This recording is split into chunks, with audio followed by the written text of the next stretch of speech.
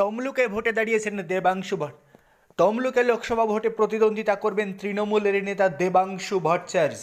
এবার সেই দেবাংশুর সামনেই তমলুকের ময়না এলাকায় তৃণমূলের পার্টি অফিস গুড়িয়ে দিল দুষ্কৃতীরা।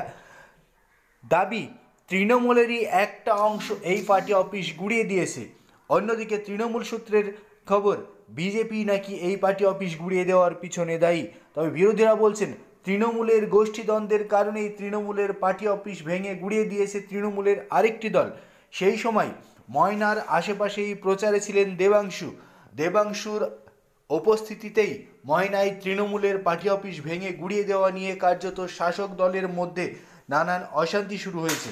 জানা গিয়েছে, বাগচাই তাকে ঘিরে জনজোয়ারের নামে যে সন্ত্রাস চলছে তা কার্যত উপেক্ষা করতে পারছে না তৃণমূল কংগ্রেসের নেতৃত্ব।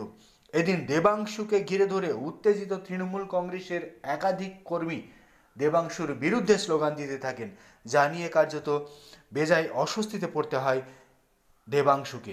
প্রচারে বেরিয়ে কর্মীদের একাংশের বিক্ষোভের মুখে পড়েন তমলুক লোকসভার তৃণমূল প্রার্থী দেবাংশু। তার গাড়ি ঘিরে কর্মীদের একাংশ প্রশ্ন ছুড়ে দেন, বাড়ি ফিরতে পারবো তো?